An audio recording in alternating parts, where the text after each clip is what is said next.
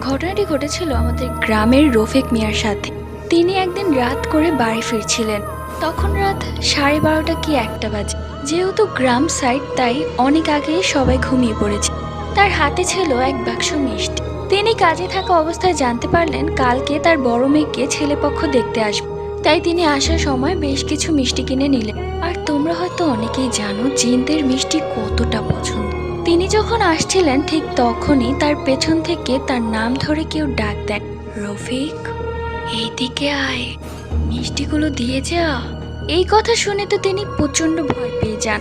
যেহেতু তিনি গ্রামের ছেলে, এসব ভৌতিক ব্যাপারগুলো সে আগেই জানত। সে পেছনে ঘুরে না তাকিয়ে সেই বাক্স থেকে দুটো মিষ্টি বের করে নিচে রেখে সামনে হাঁটা ধর। কিছুক্ষণ পর তিনি শব্দ পেলেন যে পেছনে একদল কুকুর সেই মিষ্টিগুলো ঝাপটে ধরে খাচ্ছে। এর মধ্যে কমেন্ট করেছে বাংলাদেশ থেকে রিয়া হাওলাদার। তোমরাও কমেন্ট করে